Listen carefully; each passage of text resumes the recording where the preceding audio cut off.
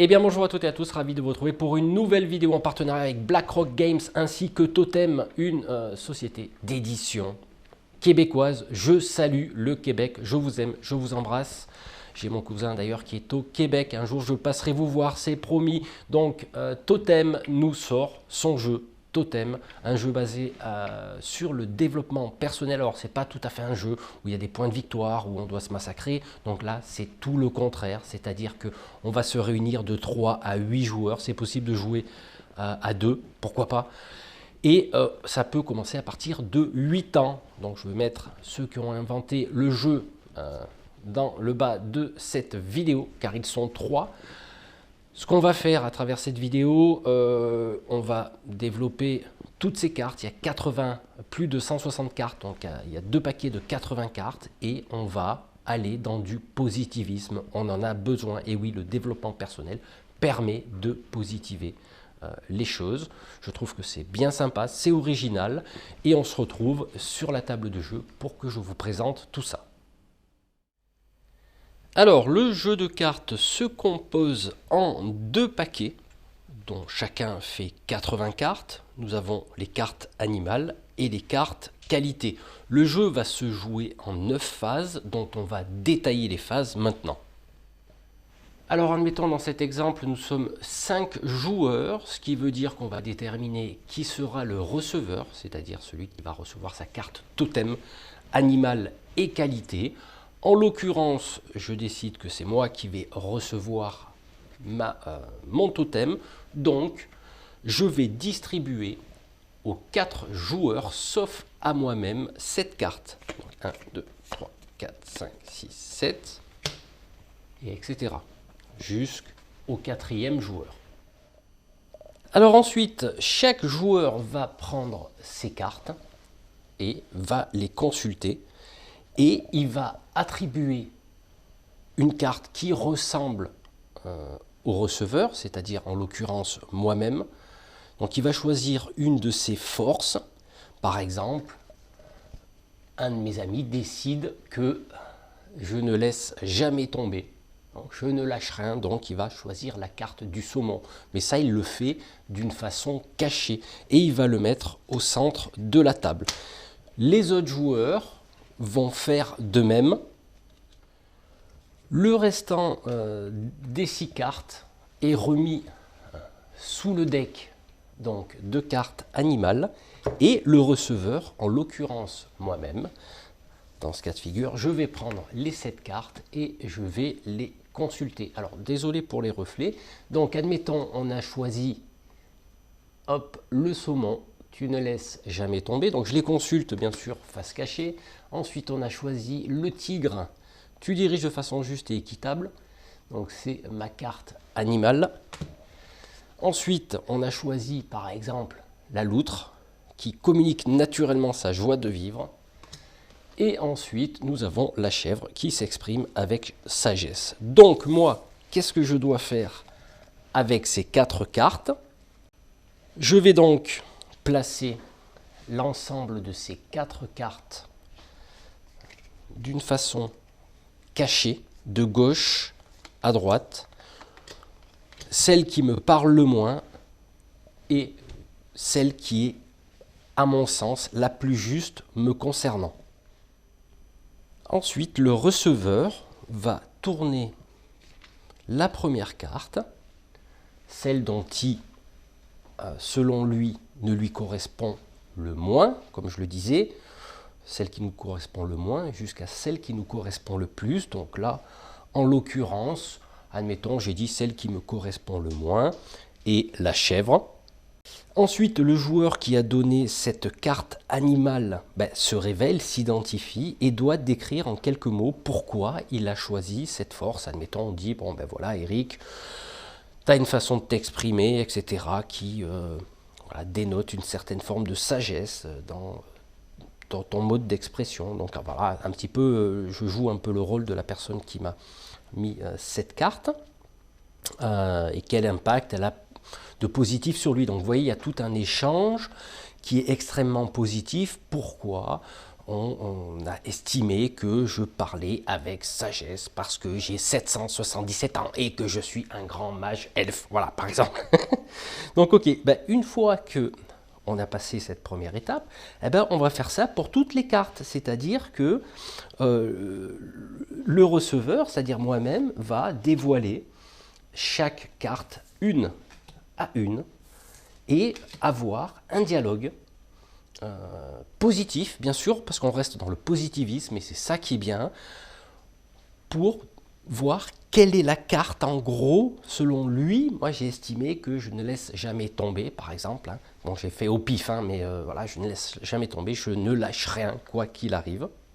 Donc, à savoir que quand le receveur va dévoiler les cartes une à une, chaque carte valant un point de plus que la précédente. Alors je suppose que celle-là, elle vaut un point, celle-là, elle en vaut 2, celle-là, elle en vaut 3, celle-là, elle en vaut 4. Au niveau des points de cartes, jusqu'à ce que bien sûr tout le monde ait reçu ses points. Par exemple, Jean, bah, il m'a mis ça, il reçoit un point. Alors il n'y a pas de petits jetons, peut-être vous prendrez une feuille, vous noterez. Et avant de passer aux cartes qualité,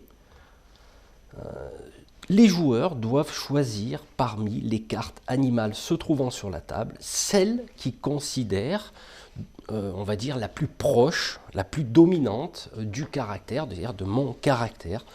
Par exemple, ils se mettent d'accord sur que je communique naturellement ma joie de vivre. Donc du coup, on va retirer ces cartes-là, on va les mettre en dessous de la pile des cartes animales, et donc le receveur, en l'occurrence moi-même, je vais mettre cette carte de côté et on va pouvoir passer aux cartes qualité dont le receveur, c'est-à-dire en l'occurrence moi-même, vais reproduire la même étape que celle précédemment, c'est-à-dire distribuer cette carte.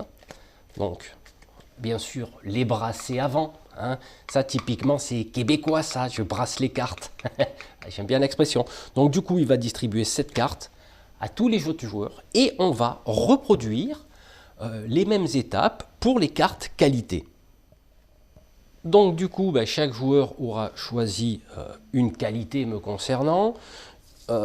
Donc, je récupère ces qualités et je vais observer. Par exemple, là, ce qui m'inspire chez toi, c'est ma productivité. Donc, je suis productif. Ah, la sagesse revient. C'est normal, c'est le mage elfe. Ma précision. Et ensuite, qu'est-ce qu'il nous reste? Sensible. Donc là, je regarde mes cartes et de nouveau, je vais les poser par ordre de celles que je préfère le moins à celle que je préfère le plus. Alors, petite précision que je n'ai pas dit tout à l'heure, quand on reçoit ces cartes, qu'elles viennent au milieu, de façon à ne pas savoir qui a choisi la qualité, bien qu'après la personne se dévoile, on peut mélanger. Voilà. Et ensuite, je consulte mes cartes, comme je l'ai fait. Voilà, donc on pose pareil, les mêmes choses, et ma qualité que j'aime le moins. Donc là, j'ai posé au pif. Alors, je ne suis pas très productif, voilà. Et la personne se dévoile, va dire pourquoi elle a choisi cette qualité, parce que moi je trouve que tu sors pas mal de vidéos, que tu es très productif sur ta chaîne, et ta. Voilà, en gros. Donc, voilà. Donc la personne se révèle, et puis il y a aussi une histoire de points. Alors je regarderai tout à l'heure à quoi ça correspond, parce que effectivement, j'ai pas vu qu'il y ait des résultats spécifique au niveau des règles. Pourquoi on attribue des points, je ne sais pas trop. Voilà, c'est juste pour savoir peut-être qui sera le prochain totem. Donc là, est-ce que je suis sage? Et la personne se dévoile. Et pourquoi je suis sage? Parce que tu es un grand mage elfe et que tu parles avec sagesse, et que tu es beau, tu es svelte et tu maîtrises la magie niveau 42. Voilà, par exemple. Et voilà, ensuite, je suis précis dans ma magie, je suis précis, bam, ça tape dans le mille. Donc, vous voyez, chaque fois, la personne va se dévoiler, va dire pourquoi elle a choisi cette carte. Et effectivement, il y a une discussion qui va s'établir entre les deux personnes. Et là, par exemple, je suis sensible. Et bien sûr, on va reproduire cette étape où on va se mettre d'accord quelle est la carte la plus dominante. Dans mon caractère, par exemple, je suis sensible.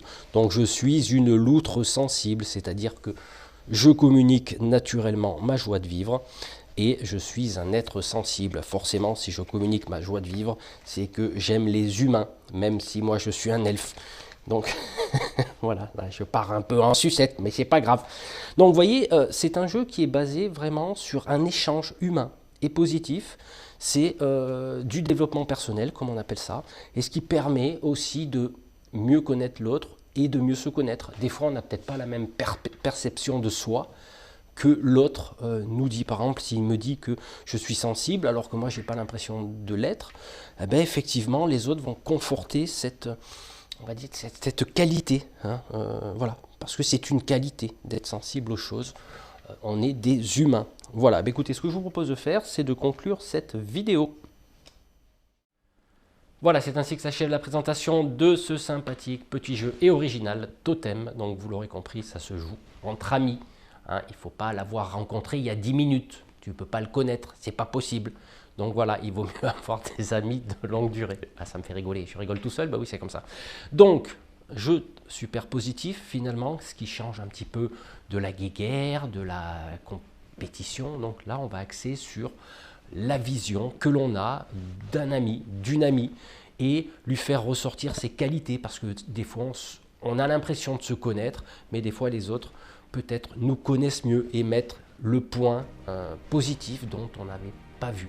Voilà, ça permet de mieux se connaître, parce que si tout le monde vous dit que tu es un être sensible et que tu as l'impression qu'il y a un gros Hercule, eh bien finalement, là, tu vas prendre conscience de ta qualité, parce que c'est une qualité.